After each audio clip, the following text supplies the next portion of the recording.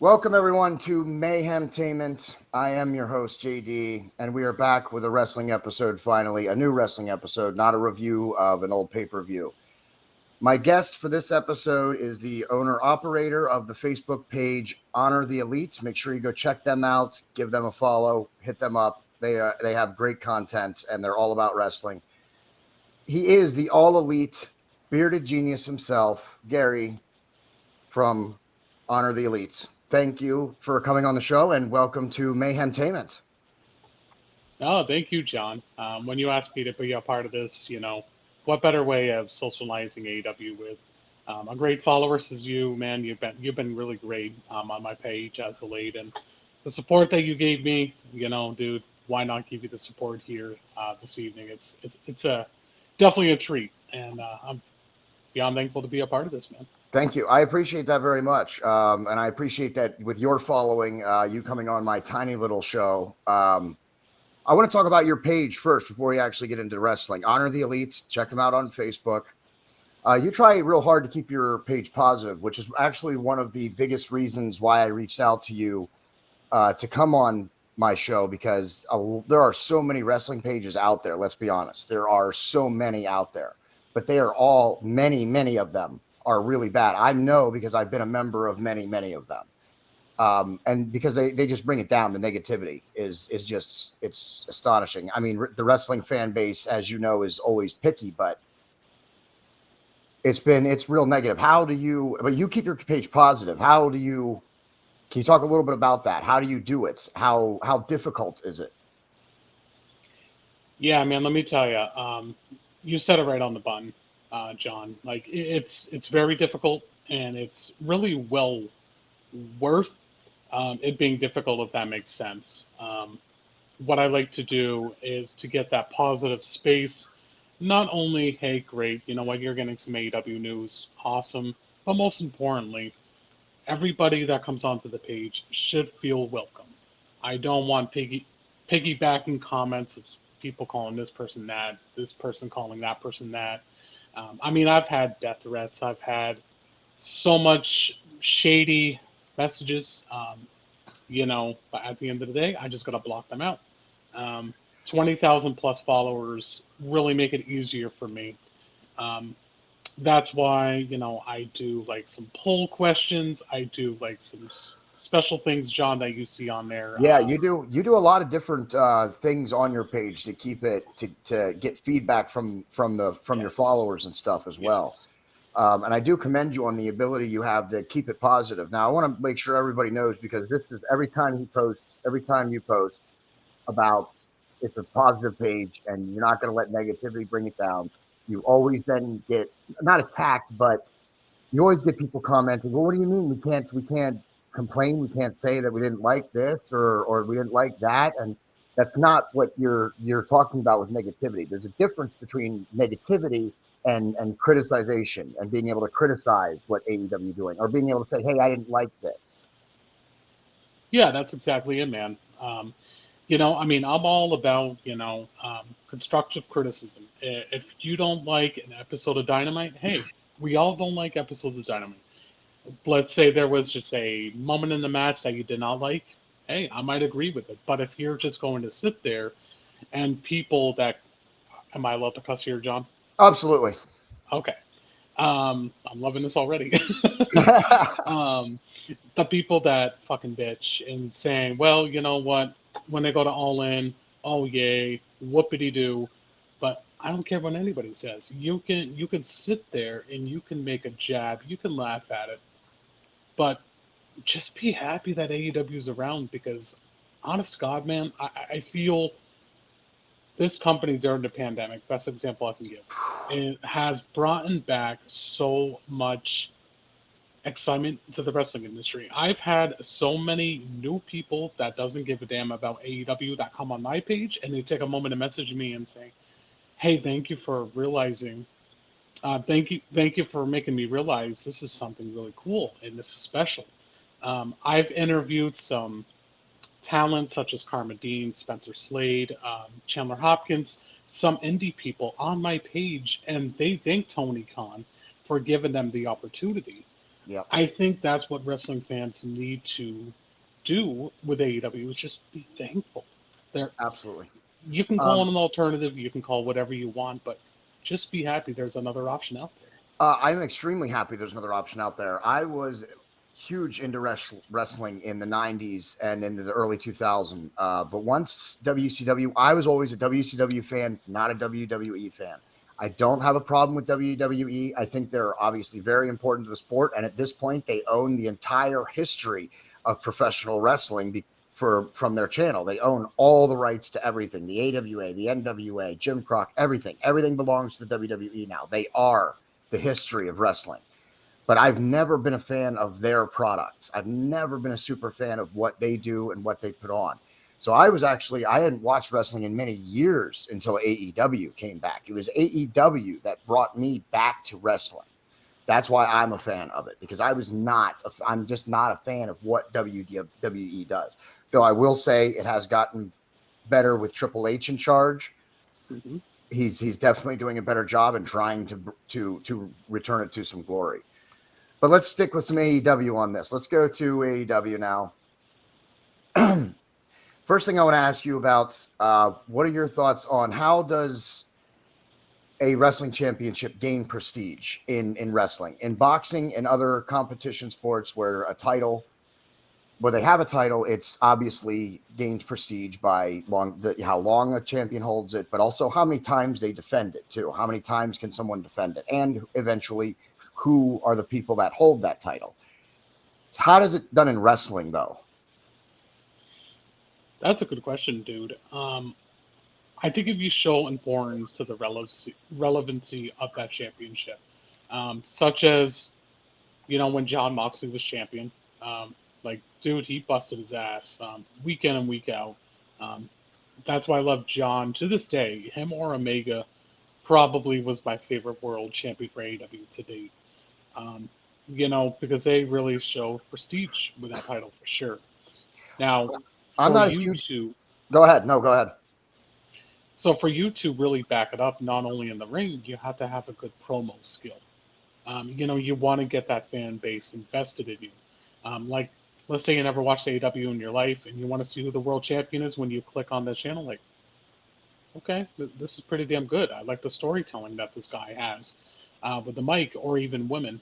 Um, you know, and that I guess that's a little bit of my one takeaway with MJF at the moment. I was excited when he became champion, but he's really, really slim picking on his matches. I want to see him in more matches. Uh, Um, I fully agree with you on that. I was never a fan of the Hogan-esque champion where you defend it once a month at the pay-per-views or once a quarter. Um, I'm a fan of MJF. And there's episodes where I'm saying, no, MJF is the future. You got to put the belt on him. He's a perfect heel. He'll be excellent. He will get booed out of the building every time he comes out. And he does. But the problem is he doesn't wrestle enough right now. I'm very unhappy with his wrestling performance. yeah, And like dude. how often he wrestles. It's very Hogan-esque. Oh, geez, yeah, man. I mean, as you said, you were a WCW guy through and through. So was I. That's how I got into wrestling was because of my gram watching WCW Great American Bash '96, and then a month later was the NWO. What a coincidence! Um, but yeah, so I mean, I want a fighting champion. Um, One thing I will say that Tony needs to work on is one of their future champions needs to be he needs to appeal an audience with the look, kind of like a Wardlow. Um, and I'm not saying like because I mean I would love Adam Cole to be the next champion, but maybe after that, you can. I like Wardlow, but I think he's stuck in kind of a hiatus at the moment. Yeah, He needs to be elevated to that next level, I think. wholeheartedly agree. So and MJF, yeah, I think I'd like to see him wrestle more, even if it's not just for the championship. He's got to be involved in the ring more. I think that I do like MJF, but I think right now although you know what, honestly, and I'm going to bring this up. real quick. I think that with any of the current, so far AEW is doing a real great job, and this is what WCW did. I think very good too. Is that the main center story is not necessarily centered around the world heavyweight title. I at times I forget that MJF also, because he's not wrestling much as some of the other champions have. I think I forget that he's the champion sometimes because they have so many other great things happening AEW that I forget that MJF is the champion. Oh, who is the world champion? Oh yeah, I don't know who he's competing against or what's going on with him. I'm so interested in everything else. Yeah, I totally agree. Very much agree. Now I want to ask you about the TNT title, since we're going to talk about titles here for a couple of minutes. The TNT title, has that been passed around too much, or is that going to help it in the long term, you think? I think AEW, to a degree, is shooting themselves in the foot with this title. It's really feeling like WWE's version of a 24/7 title. Like, I remember, when Cody Rhodes and when Brody, when those two names held it, it meant something. Even Um, Darby Allen's and first title Darby. run, I couldn't believe. I was like, yes, he's the TNT champion. I know he's going. For me, I don't want to get off the topic, because we're going to talk about some wrestlers later on. But Darby Allen is my favorite. I mean, other than Sting, I'm a Sting fan for my entire life. I love your T-shirt. Thank you. So, and Darby Allen, I picked him before Sting even came to the WWE, and I even said that to my one friend. I'm like, listen, I'd love for Sting to come into AEW and work with Darby Allen. I think that's gold. And then a couple weeks later, it happened. But yeah, the TNT title, it's been passed around a lot. Yeah, I can't figure it out. I really can't. I mean, I always say, great, Wardlow won at the pay-per-view. Hopefully, this will be a good reign. But he needs to go out there and not face local enhancement talents. You need to Yeah, show why he's a badass. that's Show him why. why he's the war dog, man. That's why I think what happened. I think that's why Wardlow's his reign isn't as prestigious as some of the other guys, because he's gone out there, he's defended a lot, but it's always throwaway guys. I always look at, I'm like, why is this person getting a TNT title shot? I could pick 5 names that I'd rather see get a TNT title shot. So they give them a lot of just roll through guys to demolish. And I don't think that helps the title, and it's fine to have squash matches. Squash matches always have their place. Right. But I think they do it a little too much with Wardlow, trying to put him over as this big powerhouse. Although I do kind of like his angle with Samoa Joe and the Ring of Honor TV title. I kind of like, what's going on with that. I'd like to see a little more of that. Those two big guys go at it. Yeah, I mean, that was a lot of fun. And I was just talking about the pay-per-view at Double or Nothing. That was easily Wardlow's best match to date, in my opinion. I mean, that match was phenomenal. Like, it was one of my favorite matches of the night because that's how you're supposed to book Wardlow. Like, that's how you're supposed to do it. And hopefully that continues with this pattern. And then the next step, maybe the world title. Because Yeah, I the think. MJF and Wardlow story would be gold. Yeah, I mean, revisiting their initial storyline. Yeah, that's definitely a good story. I wouldn't mind seeing that. Definitely. All right, let's talk about real quick the All Atlantic. I'm sorry. The Intercontinental. I'm sorry. Excuse me. The International Championship, which was leveled up, I think, is the most ridiculous thing. That's my thoughts. What are your thoughts on the leveling up the championship and going from the All Atlantic Championship to the International Championship? I mean, rumor has it, like, the reason why they changed is because that's what Warner wanted. um, but, do I like the name? No, because it kind of reminds me of an IC title Uh, feel. uh, as just like I said, it's just like I So, joked at the beginning, calling it the Intercontinental title. That's the first thing I thought. I'm like, you're calling it the international title? It's too much like the Intercontinental title. And I but kind of at like. the end of the day, Go ahead. though, I'm going to say this, and I don't care if Orange Cassidy holds it for the next few months. Like, this guy is just so damn good. Yeah. Um, I know I see some people that's even messaged me out of respect, and I'm glad, saying they're kind of bored of this reign. I'm like, but we all complain if there's a flip flop title change like the TNT title. I Um, love what Orange Cassidy's doing with the International Championship, and I love that can he's kind of the first one that's I mean, can bringing the. you? Go ahead. So sorry, John. Go ahead. Um, You're the guest. I should shut up and you should talk. no, you're the host, and I'm just a co-host. Um, I will say this about Orange is like the most craziest stat that I read here recently is he's had what did it say? I think he is 3 title matches shy from passing the most title matches ahead of Roman Reigns. Like, Wow. what Really? does that tell you? Yes. Roman Wow. Reigns had, I believe, 29. Orange was just at 26. Wow. No, I Yeah. didn't know that. That is a crazy stat.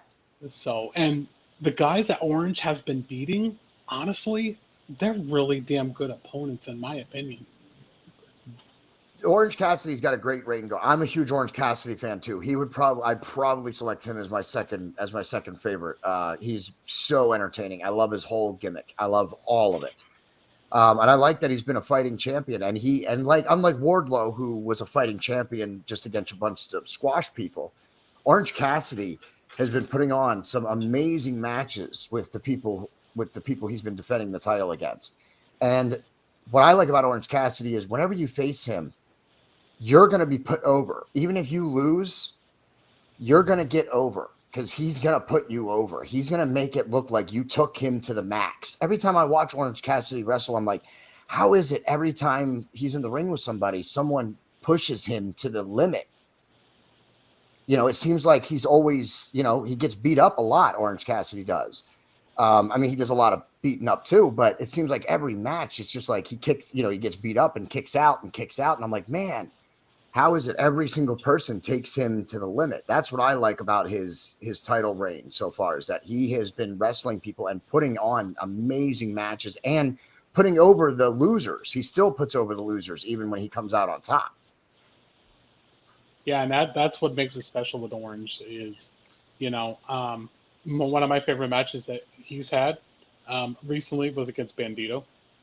Like that match was just really good.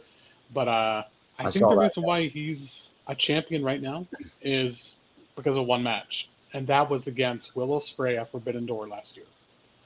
That was one of my favorite matches from the pay-per-view last year. I'm curious to see. I know for a fact Orange is going to defend that title at Forbidden Door.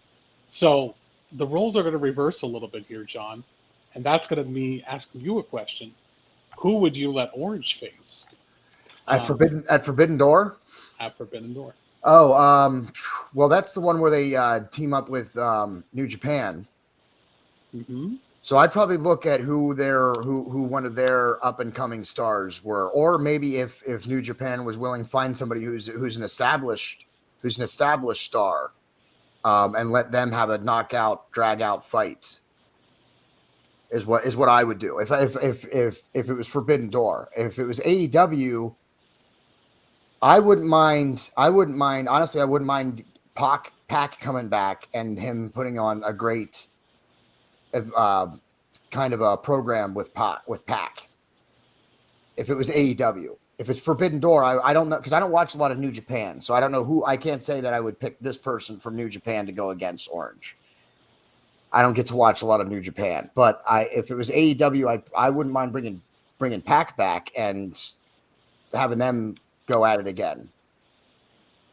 So for Forbidden Door, I will make my prediction for that one and for AEW.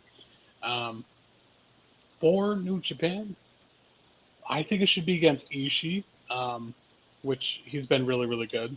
Um, he had a great match against Eddie Kingston last year at Forbidden Door. Yeah, Ishii is very committed to AEW. If actually no, scratch that one out. I'm gonna go with Jeff Cobb. Jeff Cobb would be really, really good. Um, Cobb again, he's another one that loves the relationship with AEW and New Japan. Um, for All In, I'm gonna predict it. Long term storytelling. You said a name. Pac in his hometown, in England, at All In. There you go. Yep. Um, Tony said that he would love to have Pac for that pay per view, and what better way of him getting that really big reaction? Yeah. So And I think it would add, I think that would also, even if you have Pac win that, I think it would add to the prestige of the champion, being that Pac was the original champion. And he didn't get to do, right after he won it was when a lot of the lockdowns were happening, and AEW shut everything down. Pac was stuck in England for a while, couldn't travel. And that championship didn't get defended for a couple of weeks right after he had won it, because he was in England, won it, and then couldn't travel because he was ended up being exposed to COVID, and then he didn't get it. But they shut down all the travel. So I wouldn't mind seeing him get it back and getting a good run with it, or even doing a long-term thing where Pac wins it and then ends up giving it back to Orange Cassidy in a couple of weeks or a couple of months. yeah, yeah. I mean, I like the way that sounds, and I will say this, John. If you ever had the chance to meet Orange, I would do it. He's like Yeah, the coolest dude to meet. yeah, I would love to meet Orange Cassidy. Yeah. I love his whole thing is great. I love it all. Now, Whatever. yep. Which I want to ask you this: which belt is the second tier title in AEW? Is it the international championship, or is it the TNT title? Which one is it, or do you not know International either? title. It is International title. Yes. that's the secondary title. You think the TNT title is like the TV title would be in WCW equivalency, or the European Oh title in yes. WWE? Oh Okay. yes. Okay, I wasn't sure about that because the TNT title was the first title that they came out with, other than the world title. So I wasn't sure what your thoughts on that were going to be. Well, I mean, we're talking about relevancy with the title, and Orange is really doing that for me. So You're not wrong. And I think you're probably not wrong on that. TNT title's a little shaky at this point because of the amount of, I think, trades and championship, and I mean even Sammy Guevara has held it 3 times already. That seems a little excessive. agreed. Um, So let's talk about the tags and the trios title real quick. I had a concern when they debuted the trios titles because they're not the first company to introduce tag team trios titles, or 6-man tag titles, and every time they've been introduced, since the '60s, it has not worked. They're they're around for a few months. They usually bring the title around because they have an on fire 3-man team and they want to put belts on them. So they usually bring it out, put them on this team. They have a program with another team for a while, then the belts go away. So far, they're hanging in there and they're doing good. They're putting on good programs with these trios titles. But this doesn't it take away a little bit from the tag team division? What are your thoughts on the trios and the tag titles? I think yes and no. Yes, because you want to have these already established tag teams to go for the tag titles, not make it a seem like you should put a random pairing for the trios. So I can agree with that. Um, with me saying no, I think they could really turn it into something beautiful here. People are excited for the debut team of CMFTR next Saturday. Oh, jeez. Maybe down the road they can maybe they can go for the titles. Listen, I'm happy Me they're on the. personally, I'm happy they're on the House of Black. But go ahead. oh, honestly, me too. I love Malachi. I like Buddy. Brody is one of my favorites out there. Um, but man, I, I mean, I can say this right now that I would love to see a return from somebody that I really want to see, um, and that would be Kyle O'Reilly. Just imagine O'Reilly and Cole and Roderick Strong against the House of Black. Oh, that's money. Who would I choose between them? Oh my gosh, I love all 6 of them, but I would go with the House of Black. Um, you know, so yeah, I mean, it's tough because I feel the trios titles mean a little bit more than the tag titles right now. I know, me too. Because FTR, I love them so much. Dax and Cash is one of my favorites. But at the same time, just like what I said about MJF, they're not wrestling much as they should. Yeah. Um, I'm, so, and I'm a go ahead. big fan of FTR. I think they're probably the greatest tag team in wrestling right now, active today. I think I love when they're together. I love their wrestling styles. The match that they put on when they wrestled each other in the Owen Hart Cup tournament, in the first Owen Hart Cup, in the first Owen Hart Cup tournament, the match they put on was amazing because they actually, if you go back and look at Brett and Owen's match, they actually did a lot of the same moves. They put on a match that was very similar to how Brett and Owen put a match on back in the day. And I thought that was an amazing throwback to them, while honoring them in the tournament. So I'm a huge fan of FTR. I think they're extremely talented. And I would have kept the belts. I would have kept the tag belts on them for a year. I would have kept the tag belts on them for 18 months. I'd be like, listen, you're the champions. You are going to beat everybody. If you lose the belts, it's not going to be longer than like a week or two. Then you win them back, and it would be for storytelling. Yeah, I would have left them just reign as champions for a long time. I would have given them the longest tag team title reign I possibly could have.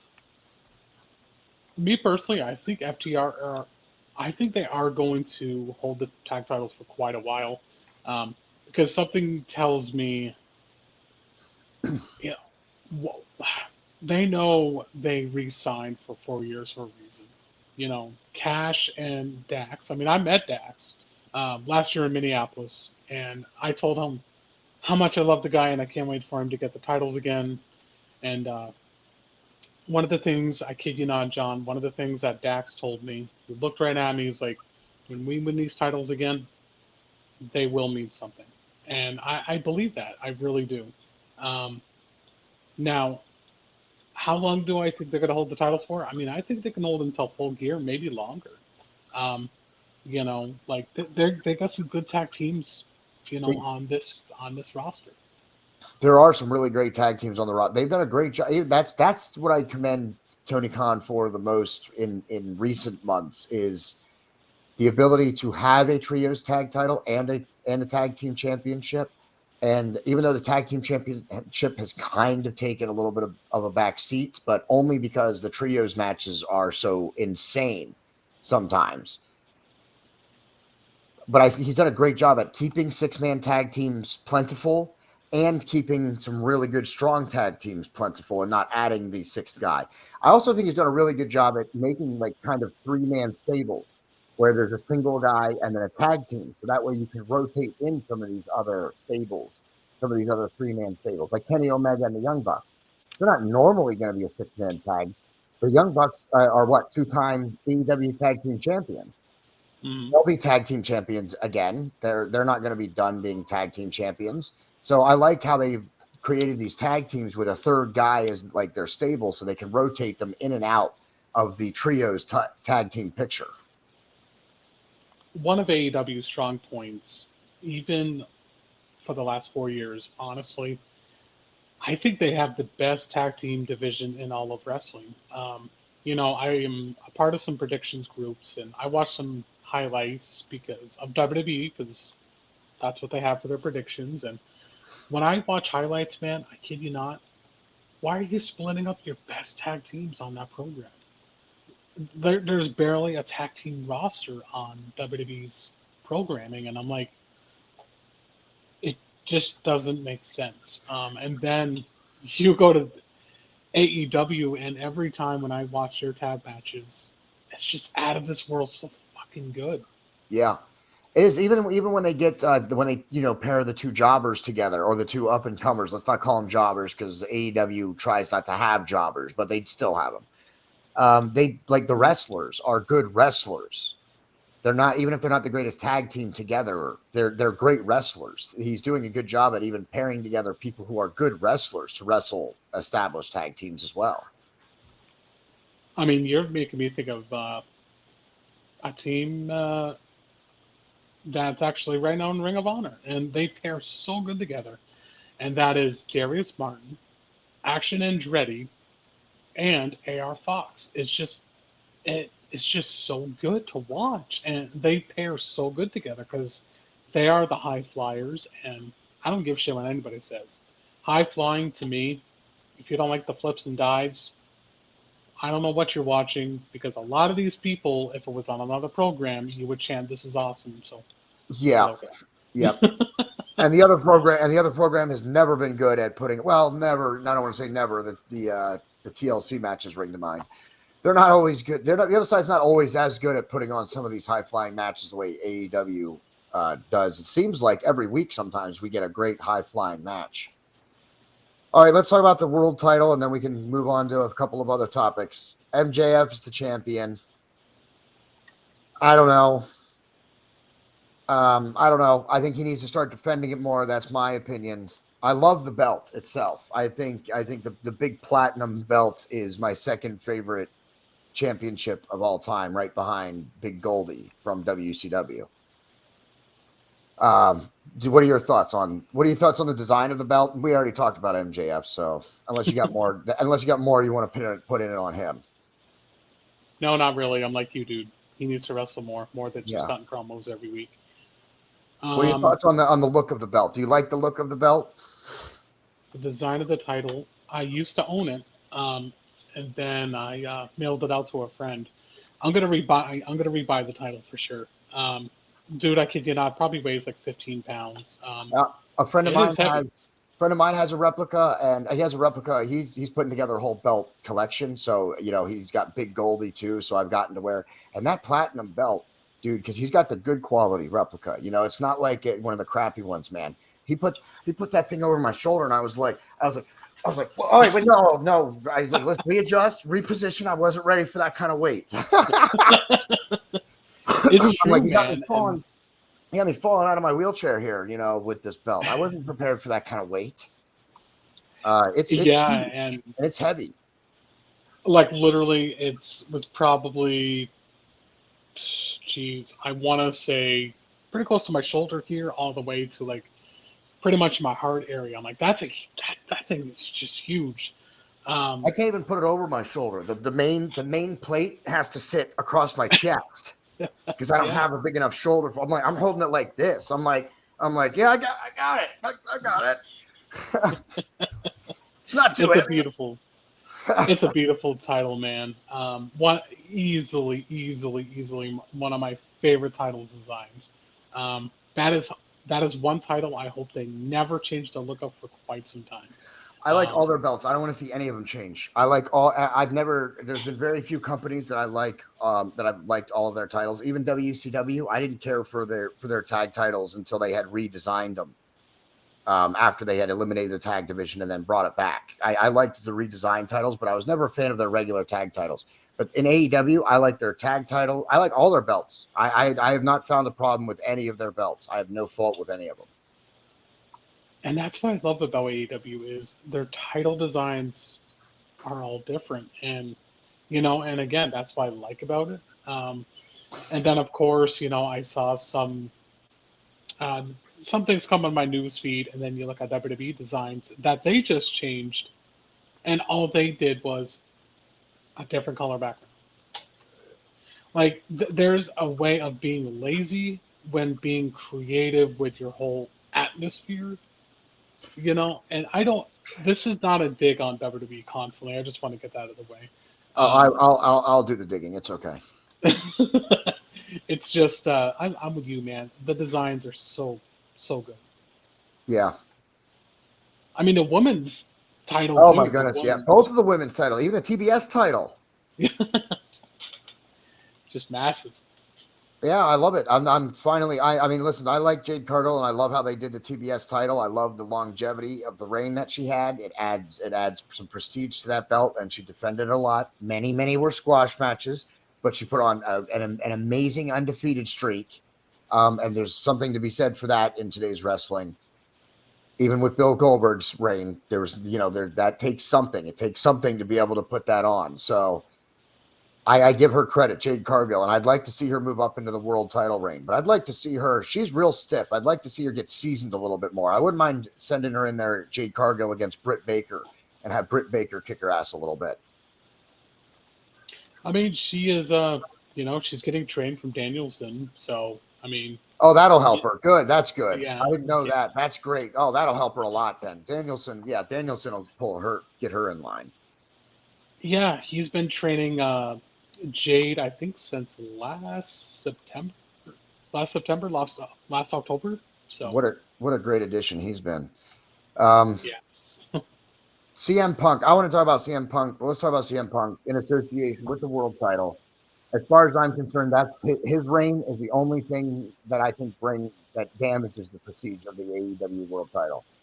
His whole reign as champion was completely ridiculous. I didn't buy any of it. The ending of it was completely also ridiculous. I am not a CM Punk fan. Let's be clear about that. Not a CM Punk fan. I've gone Hmm. back.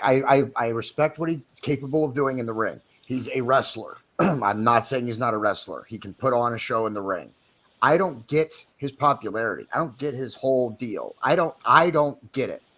I'm not a CM Punk fan. He comes back and the people go crazy, I'm like, why are you cheering this tiny little man who's going to go after the title, whine and complain, and then end up losing in some kind of BS fashion, and then he's going to take his ball and go home, just like he did with the WWE twice, just like he did in the UFC, just like he's already done in AEW. He has a track record. I'm not impressed. I don't care. If I could be honest with you, man, I'm quite skeptical myself. I Okay. really am. Um, I would be lying if I said, "Oh yeah, I'm excited," and but here I am thinking to myself, "Let's fucking see how it goes." Um, like me personally, the whole thing with the media scrum, dude, you lost a lot of people's respect, including mine. Yeah. You don't dig Adam Page, you don't dig Omega the Bucks. I mean, shit, he was insulting Tony behind. I, I love Tony so much, but man, the guy was blinded from that whole thing. Um, but at the end of the day, I feel Tony did the right thing by not saying a word to him. Shut your fucking mouth. I'm not going to talk to you until you're ready. Um, now, due his popularity, I mean, I get it. He was a loudmouth prick Yeah. to Yeah, but he's some. always he's always anti-establishment, and then he bitches about the establishment. It's like, dude, you can't be anti-establishment on camera and then be pro-establishment behind the camera. You can't. Yeah. That's why I don't buy his whole stick. I don't believe any of his. He's a rebel and he's against. I don't buy any of that. He's totally corporate. I would prefer if he took on the heel role, became corporate, and let me boo your ass. I'd much rather boo CM Punk. I don't want to cheer him. But yeah, so I'm gonna make an ultimate prediction here. Um, as you know, there, John, what I posted on my page a couple days ago, big things are coming out for Bullet Club Gold. They're looking to get somebody immediately. Um, I would love to see it. I would love to see CM Punk turn on FTR, join Jay White, join Juice Robinson. Everybody's thinking, oh, it's Samoa Joe, or it's uh, Phantasma, which is from New Japan and such. But I'm thinking to myself, I'm with you, dude. There's no fucking way I cannot take CM Punk being a babyface after that whole crap that went down several months ago. Um, I don't even want him. so I don't if even you want him can in make Bullet Club. CM Well, Punk turn maybe. heel by joining Bullet Club Gold, to me, you, I'm not going to sit here and this is where I get passion with AEW because I want them to succeed so much. Their attendance has been low lately. I will admit that. Like, what can you do to really rejuvenate something? You need to rejuvenate the company a little bit. CM Punk as a heel brought a lot of revenue for WWE when he was there. The number one guy for sure, and just everything imaginable, sellout after sellout.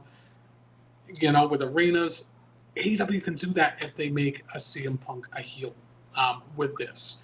Um, that's what I really really want to see, and I'm excited for to see what that can turn out to be because CM Punk is going to be a creative writer helping out Tony with that on every Saturday, and Danielson as well.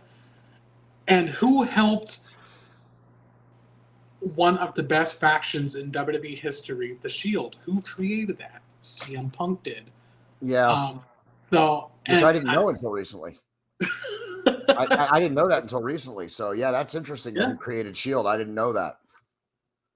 So, and if he can create something, no pun intended here, gold, such as Bullet Club Gold, it's money, man.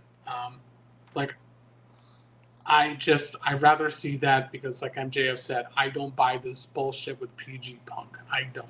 Yeah, yeah, me neither. Absolutely not. All right, let's talk about the four pillars of the AEW: Jack Perry, Darby Allin, Sammy Guevara. We've already covered MJF at this point. So, what are your thoughts on the other three and these four guys kind of being recognized as the four pillars? So one at a time with those three. Um, yeah, let's go with Jack Perry. Jack Perry, he's a phenomenal talent. One of the best originals with AEW. Um, I also would like to see something different with him. Um, he has a good edge aside to him that comes off kind of heelish. Um, if he can transition to a heel, maybe call me nuts, maybe turn his back on Hook, um, and then that would be really fun to see.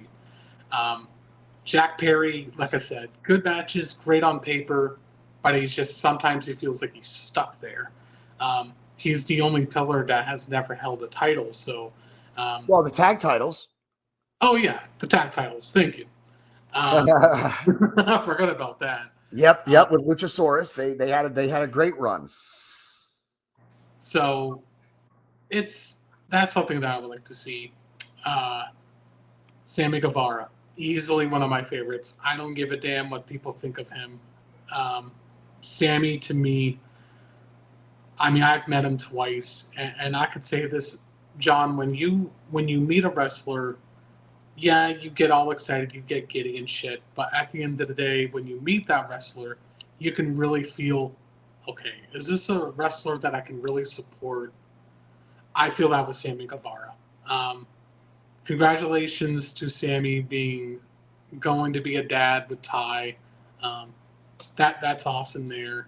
Um, Sometime down the road, put another title on Sammy. Not saying the TNT title. No, he's got to Shit, I step don't up. give a damn if it's the international title, man. I'm being biased. I absolutely love Samuel Guevara. That's right, Samuel Guevara. Samuel Guevara. Um, Yeah, I'm a fan of Sammy Guevara. My problem is he tried to step out from Jericho's shadow once and landed flat on his face and then had to come back. I don't know. He's gonna have to figure out a way to be able to do something without Jericho. That's my only concern with Sammy Guevara, is that he has to be able to do something without Jericho. I wholeheartedly agree because sometimes you need, like, I always say that about somebody in that group as well with JAS. That's Anna Jay. I want Anna Jay to go back to her old roots again. Like, she doesn't fit in JAS. Yeah, Like Sammy, sure, he was fitting in the inner circle, but how would he be being solo just by himself? And he's getting those cheers again. A lot of people are behind him again, and I'm happy for Sammy with that. So I'm hoping some positive things for him. Darby Allin. Darby Allin, my favorite. I love Darby, obviously. Um, he's very. He's probably my top three favorites in the company. The role model that he is to the charismatic freaking evil Knievel of AEW. Yeah. Um, Darby even said that he's not going to wrestle for a long time. No, I know. I saw that too. Yeah, he's like, listen, it's just for now. He's like, this is not like a lifelong thing that I'm going to be doing forever. I was like, oh crap. Yeah, but when that time comes, man, I'm gonna make a prediction here too. I speak to people that are very close. well, actually, two people that are close in AEW that does marketing and such. That speaks to me closely, and they did tell me it's coming to an end very close for Sting. I They know. are telling me that looks like there's going to be a retirement match at All In. I don't want to talk Let's about it. do it against Darby. You know, Sting's going to pass the torch to Darby. I don't think necessarily Sting's going to be leaving the company because his daughter I hope not. is close to the company right now. But man, Darby is just, man, I love that guy. Go ahead, John. What do you think, man? I think, yeah, no, I agree with you. I think Darby Allin's great. I don't want to talk about Sting retiring ever. Not ever. No, seriously, though, I honestly didn't think he'd ever come back. Listen, because all the talk was Sting. The one thing I always knew about Sting is that when he retired, do you remember his WWE retirement speech? Yes. And that's what I was waiting for. And what he said in that retirement speech, there was one line that I was waiting for to figure out, is he really done or is he not really done? And then he still ended up coming, and he gave it. He said, the only for sure thing about Stinger is that nothing's for sure except this. I'm finished with wrestling. And I thought really that was going to be the end. But I don't think he got the send off he deserved from WWE. And I think had AEW not come along, I don't think we would have seen Sting come back. I don't think we would have seen him in the ring ever again. I think that would have been the end. But I think he came back to AEW because he saw what it was, how it was special and what it was going to be. And I think he came back. I love that he came back. I love that I got to witness, that I'm getting to watch his final matches, his final runs. A couple of months ago, or last year was it, when he jumped off the thing onto the table when he was teaming with the Hardys. I was screaming, what are you doing? You're 65 years old, you maniac. What are you doing? I was like, you're just coming back. You're going to jump off of fucking 30 feet off the ground. So I don't want to see Sting retire, but I do know that it's not going to be too much longer. I hope that he stays with the company because I think he could be very, very helpful to Tony Khan and to AEW, keeping things, with a lot of different things. See, dude, I do agree. One thing that you said too, I felt like he got treated a little unfair with his time in WWE. Because they were just waiting. I'm sorry to cut you off. They were just waiting to shit on his legacy. They were. I mean, man, the match at WrestleMania 31, Sting should have beat Triple H. Of course he did. Of course he should have beat Triple H. The DX NWO thing was amazing. And of course you have to have Sting win that match. How do you not have Sting win that match? It's crazy to not have Sting win that match. Yes. And I hear Sting now always, always, always praising Tony. And I think, like I said, his daughter is doing something very close with AEW right now, and I don't think Sting is going to go anywhere either because his daughter's with the company. So really, I didn't know that. What did she do? So she does stuff for AEW Heels and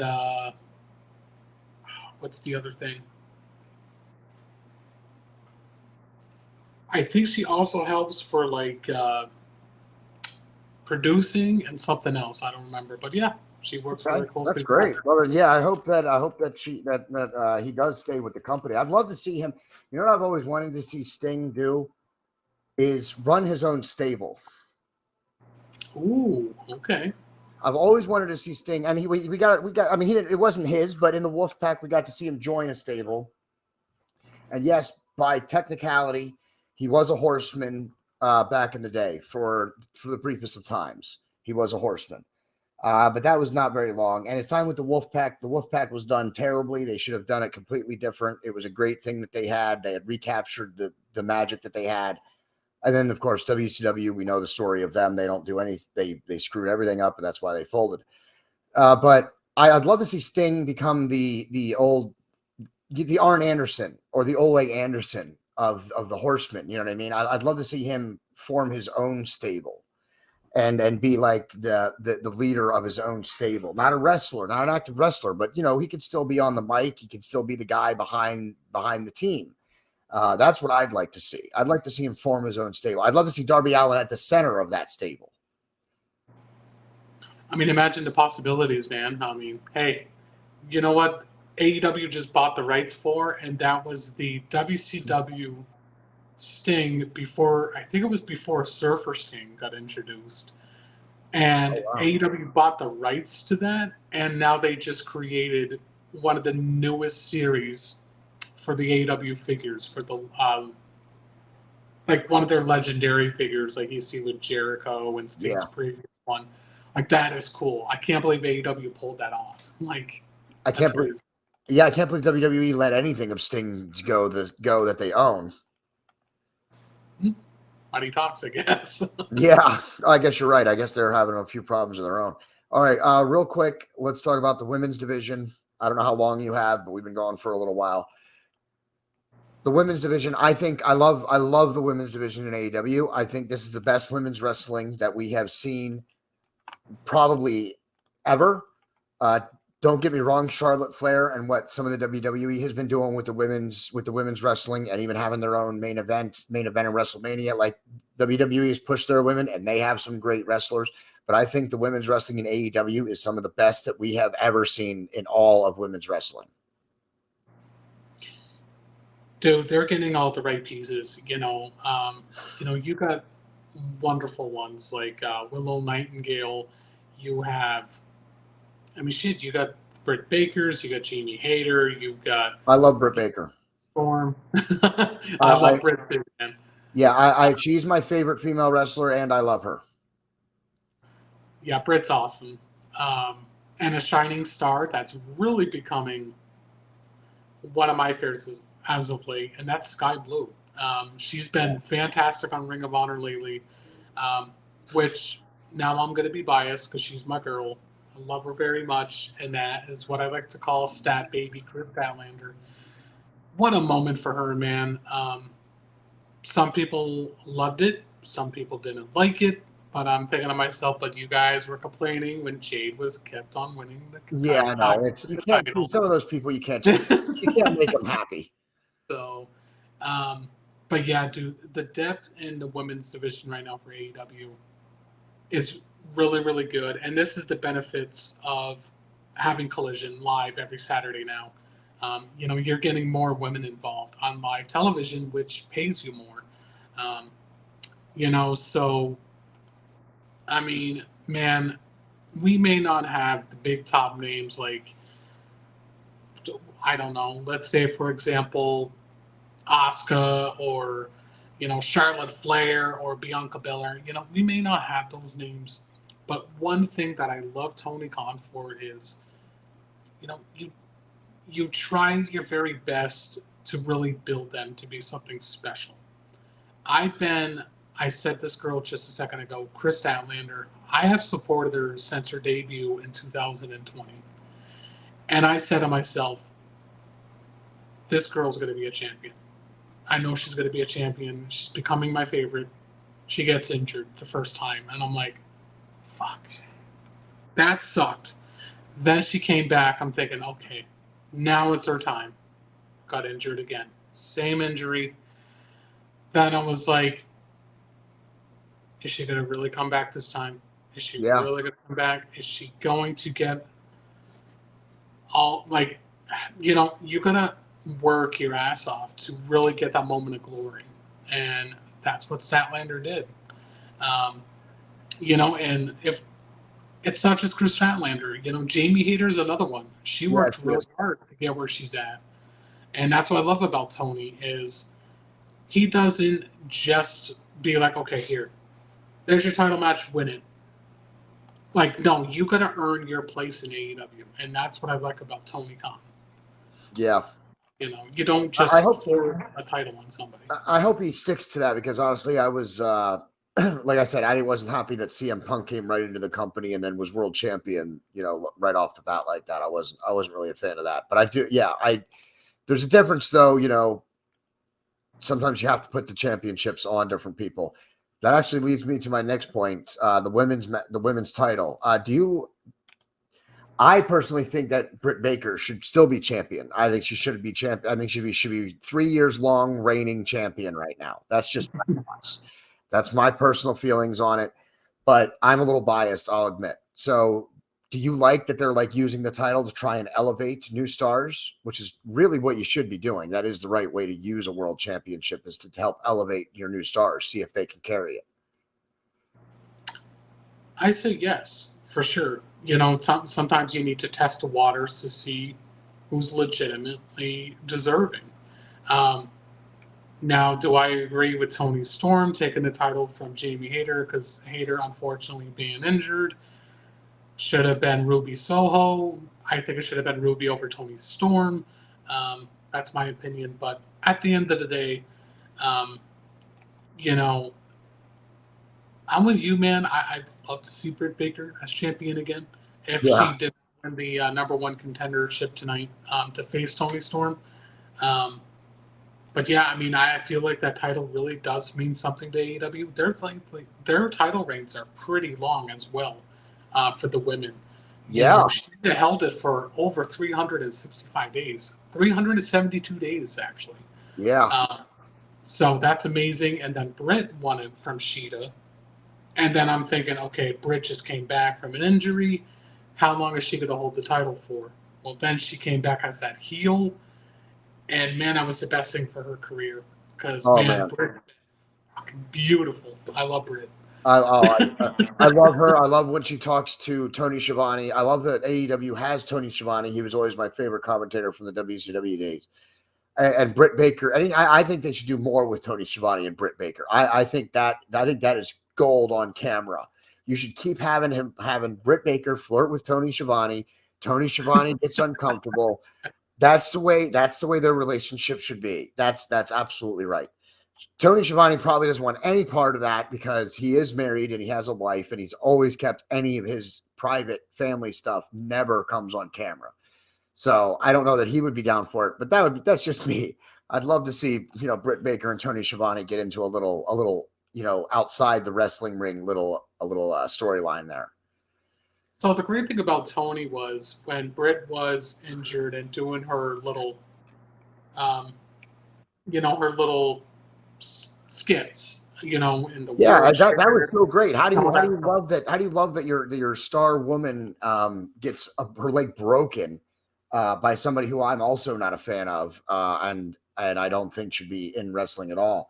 Um, and she still comes on and did those skits her entire time away.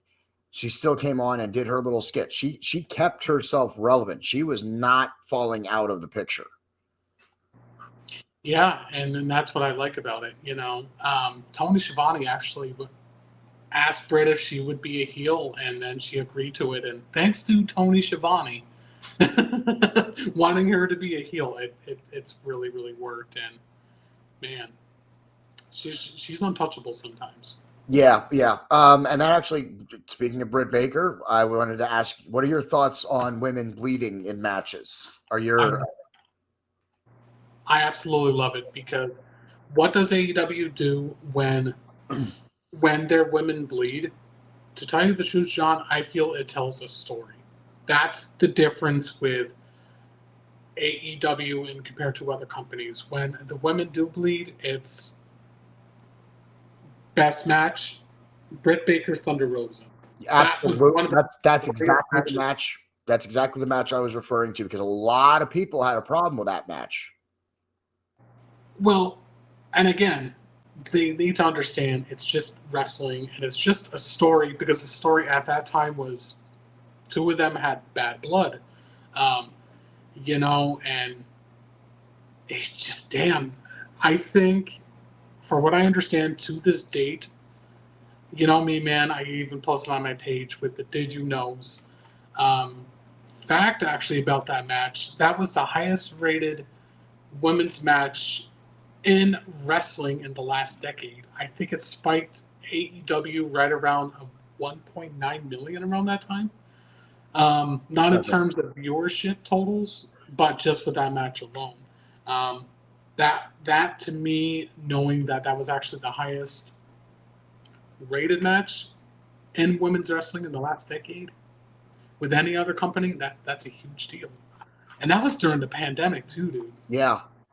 It was, and I think that match was a great match, and I think that's match. I think that should have been considered for match of the year. I think it was. I think that was one of the best matches I've ever seen two women put on. It's one of the best matches AEW has put on, whether it's men or women. It's one of the best matches they've ever put on, in my opinion. They had the bad blood. It was great. They both did a great job. I am going to say that Britt Baker carried her some of the way. Thunder Rosa. She carried Thunder Rosa through some of that match. There's nothing wrong with Thunder Rosa, but she's a little green. Britt Baker is a seasoned technical professional who honestly reminds me of a Bret Hart or a Chris Benoit in terms of their technicality in the ring and the way she knows what to do in the ring.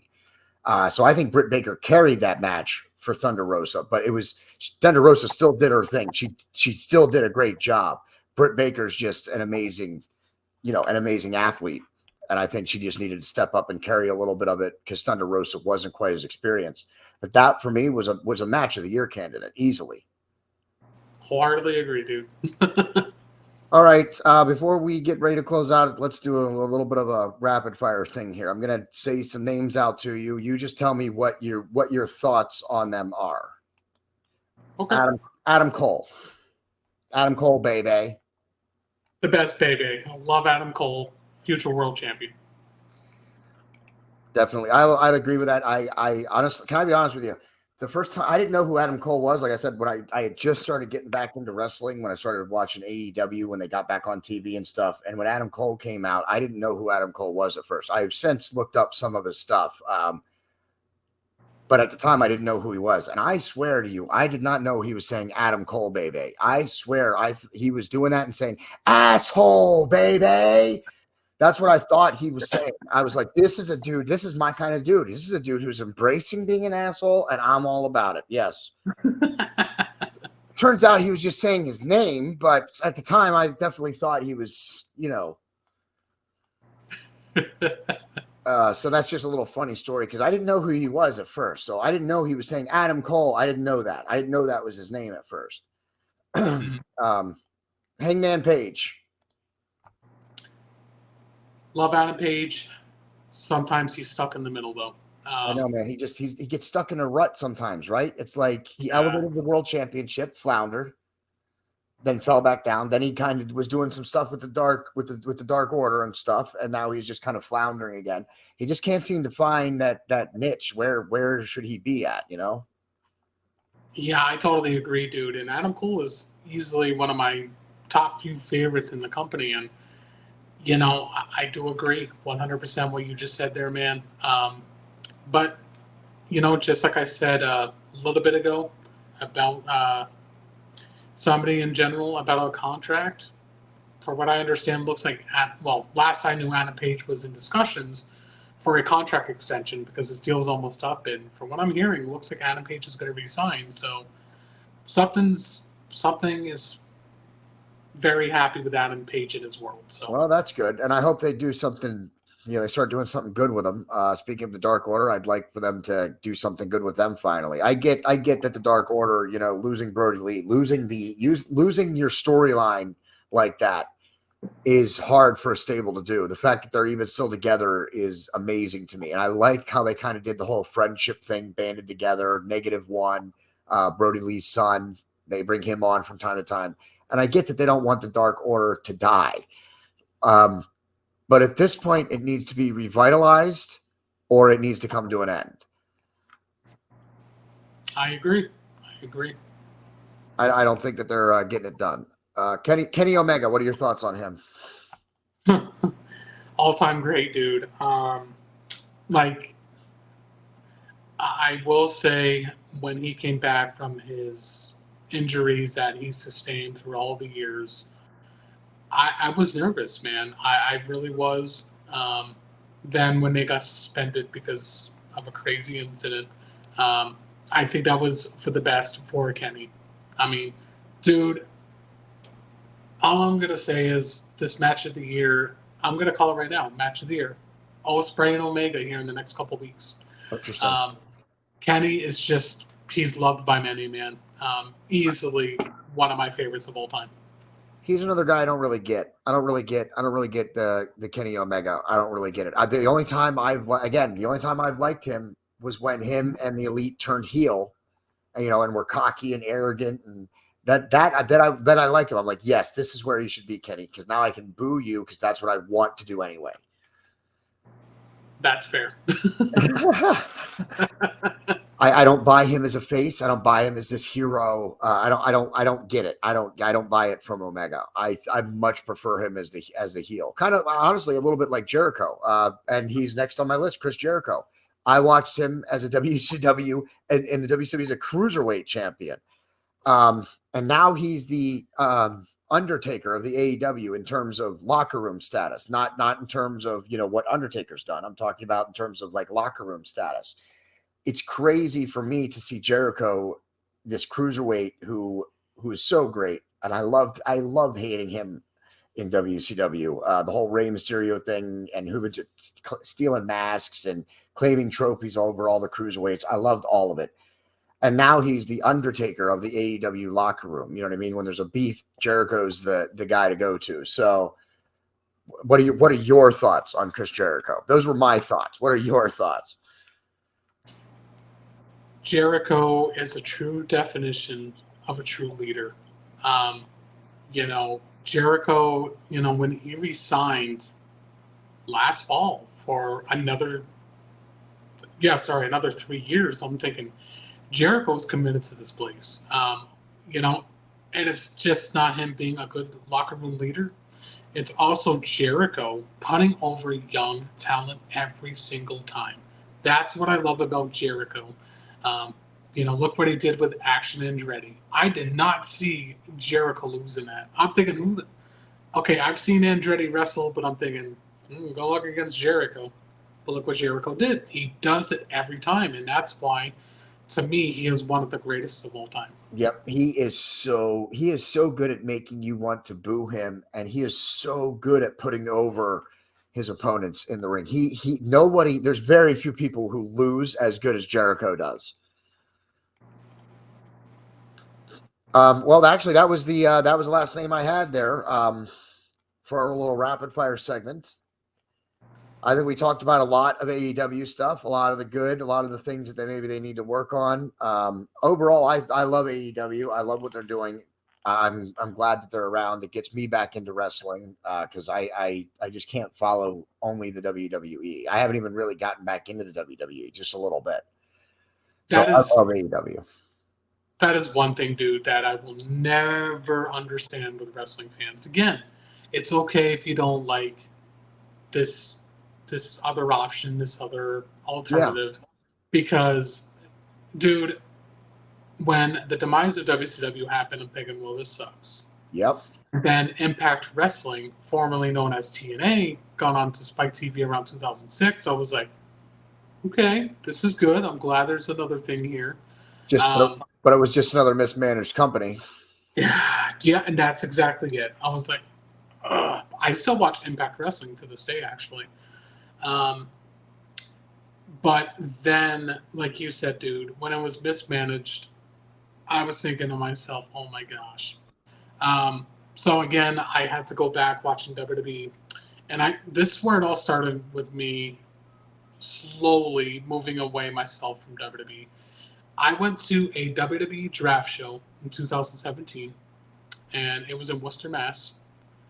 And I was like, oh, great, I'm excited. My first ever WWE show live. It was on SmackDown. I couldn't wait to see it. Moxley was in the main event against Seth Rollins. Nice. I was stoked, right? So, and this is where I balanced the two companies out. When I was there, I was thinking to myself, all right, let's get the show going. I get to my seat. I kid you not, dude, within a half an hour, I was just doing like this, crossing my arms, and I was like, it was kind of boring. And I was like, wow, I shouldn't be feeling that way. Another con that WWE had when I was at that show, do you remember the wrestler Bob Backlund? Yeah. I was excited to see Bob Backlund come closer to the arena. And I wanted to get a picture with him, And then the security bumped right in front of me. They're like, get away from him. Okay, sorry. Now, this is the differences when you're at their live shows. There's the reason why I'm bringing them up with AEW. When I went to my first ever AEW show, it was awesome. And it all started with me getting there early. I saw somebody walk close to me, and that was none other than Wardlow. And anybody that you could speak to knows I'm one of the biggest Wardlow fans. He was one of my first ever action figures that I got. And I kid you not, dude, I started getting sobbing, and I was like, I didn't know if I should have took a picture with him. And so I asked him if I could, and Wardlow was like, yes, but no sobbing, okay? And then I thought it was funny. Um, this is one of my favorite experiences. The second show that I went to was, I remember they were taping Rampage. It was Wheeler Yuta versus John Moxley. And I will never forget that. That match went 23 minutes. And that was where Wheeler Yuta got into the Blackpool Combat Club. The Blackpool Combat Club, yeah. And I remember my seat was probably 6 rows away from the ring. And John Moxley, as you know, he comes from a certain entrance, like underneath the tunnel or something.